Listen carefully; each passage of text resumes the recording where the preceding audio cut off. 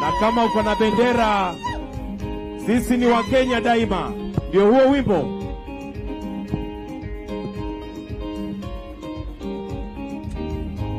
Tushangilie Kenya, taifa letu tukufu. Kenya tunayoipenda. Kama uko na bendera, tuipeperushe tafadhali kama wa Kenya daima. Tunayoipenda. Kenya nchi tunayoipenda. Twajivunia sana tukijiita wa Kenya, nchi yenye baraka. Kenya nchi yenye baraka. Kenya nchi yenye baraka. Tusimame, tushangilie. As patriots of this country, this is a song we can all participate. Bring in Kenya daima. Kamwe Kenya hatutaiacha. Kamwe Kenya hatutaiacha.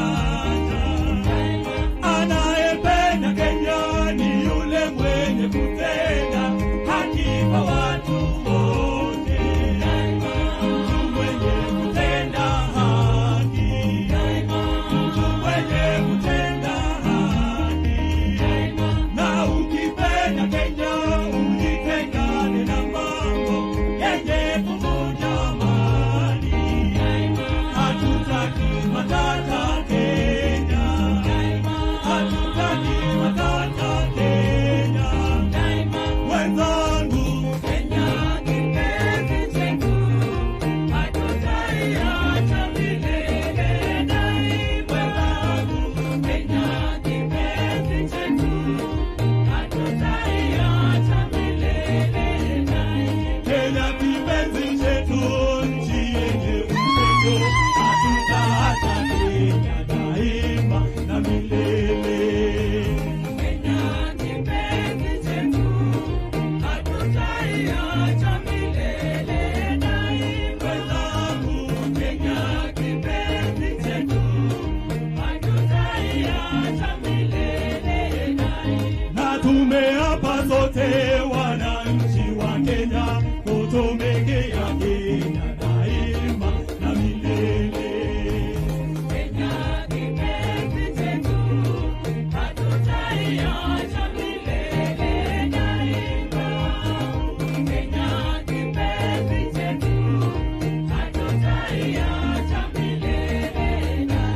Tushangilie Kenya, taifa letu tukufu. Kenya tunayoipenda.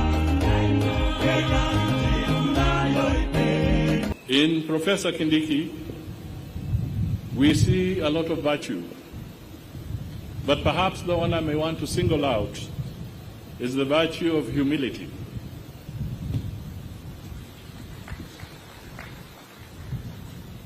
And simplicity. He does not walk around with airs around him. This is a very important virtue. If, as a nation, we can embrace humility, we will go far. If you disregard humility, it can be very expensive.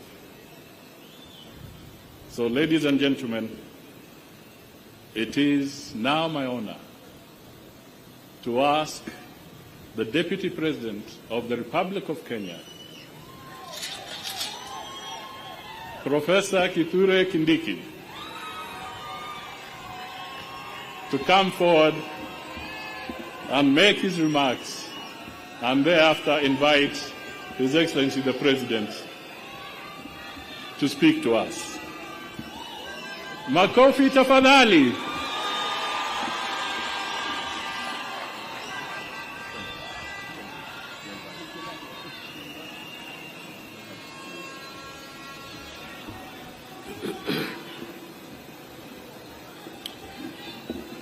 Your Excellency, President William Ruto,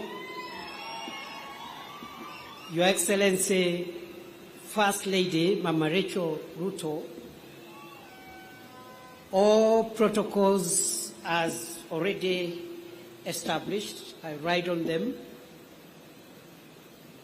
No arms of government or agencies and the representations of foreign and friendly countries present. Your Excellency, sir, words fail me to explain how grateful I am today. I'll say that I am grateful to Almighty God who orders the steps and the affairs of every human being on earth. I am grateful to you, sir, for the honor you have given me to serve under you. Your Excellency, I've been your political student for nearly 20 years now, and nothing in the political space has helped me to pick up lessons more than the years that I have worked and served around you in various capacities. Therefore, Your Excellency, I'm grateful for the honor which you have given me. I promise you, before this congregation and before God, that I will not let you down for the privilege you have given me.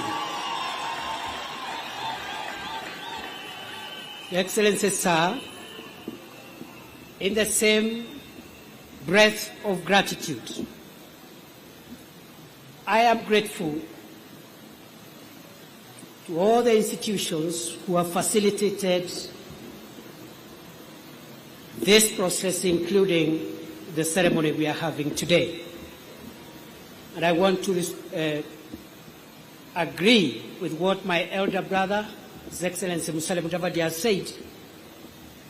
Whatever has happened in the last few weeks, and indeed in the recent past, is a testament of the maturity of our democracy, and is a testament that our institutions work.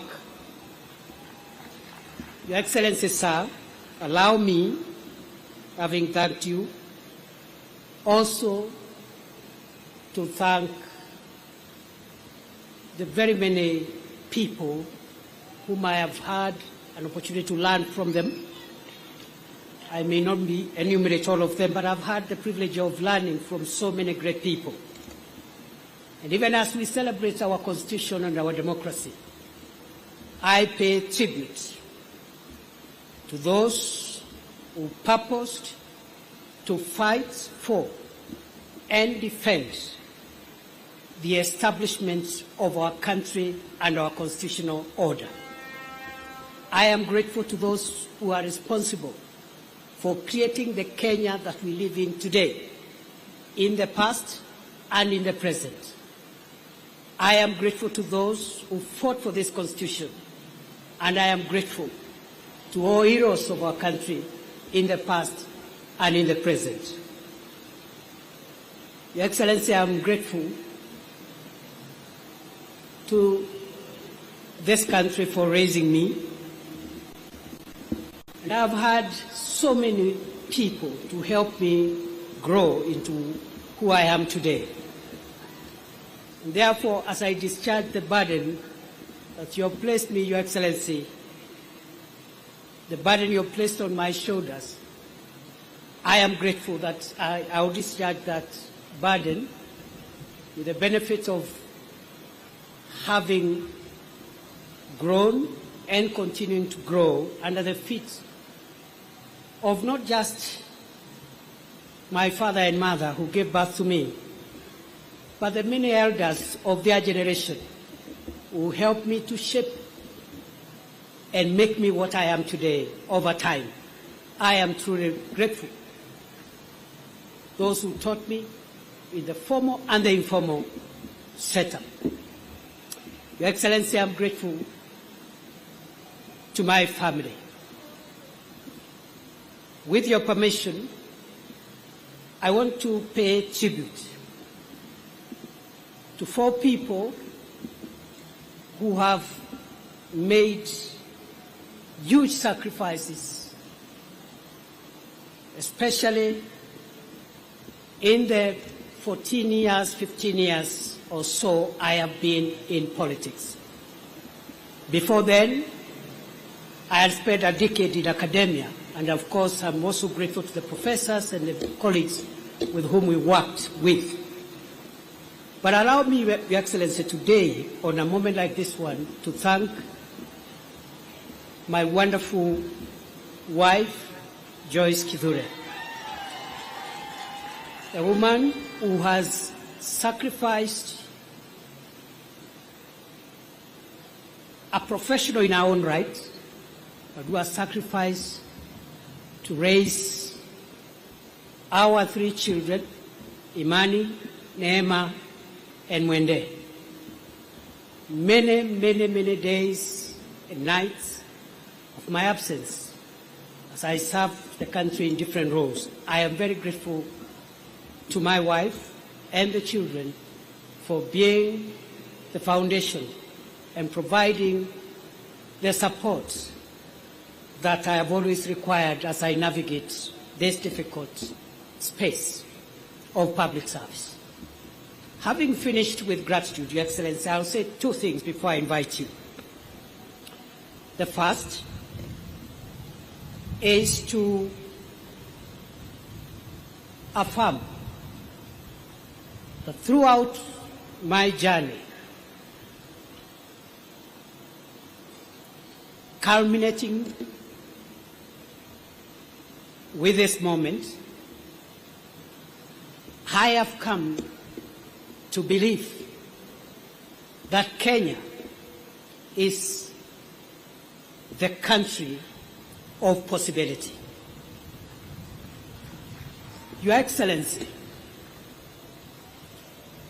for a person such as I to stand here today and take oath of the office of the Deputy President, it can only happen in Kenya. Your Excellency, I was born 52 years ago in one of the remotest parts of Kenya. But because Kenya is the land and the homeland of possibilities, today I, perhaps the most unlikely person, is standing here today because Kenya has made it possible for anybody to become anything in this country. I don't take it for granted. And therefore, Your Excellency, as you lead us into the transformation of our country in the years ahead, I want to commit to support and assist you, together with the other colleagues in government, to realize a Kenya that has even greater opportunities, a more inclusive Kenya, a more democratic Kenya, and a more transformed Kenya. Your Excellency, I'm grateful because of the opportunity that Kenya provides for anyone to aspire to be anything. And therefore, there is no reason going forward why any person from anywhere, from whatever community, creed, religion, should not aspire to become anything in our country, because I am a testament that Kenya is the homeland of possibilities. Finally, Your Excellency, I have reflected on the words of the oath of office I've taken, both the oath of allegiance and also the oath for due execution of the functions of the office of the Deputy President. And in that regard, I want to commit to you as I end my remarks. I want to commit to you before this congregation and before the Almighty God, who is acknowledged in the Constitution, that I will serve under you and provide you with the assistance and support you require to take this country to the next level. I commit I will be loyal and faithful. I will try the best of my ability to work hard together with the other colleagues to lighten the burden that you carry on your shoulders, Your Excellency. And therefore, I think for me, today is, if I may say so, a day when I have received the highest honor yet of my life. And I don't take that for granted. I want to pray that God will give me wisdom to do what I must. And to the colleagues whom we have worked with and will continue to work with, I want to say that I'll provide continuity so that we can be able to all work together and deliver for this country. I forgot, Your Excellency, to thank, when you gave me the task the last 2 years of serving in the Ministry of Interior, there are wonderful people whom I have worked with. Ngao, the police, the prisons, immigration, and all the departments and agencies in the Ministry of Interior. The little successes that we could have achieved, I attribute those successes to my colleagues. If there have been a few challenges, I take responsibility for those challenges.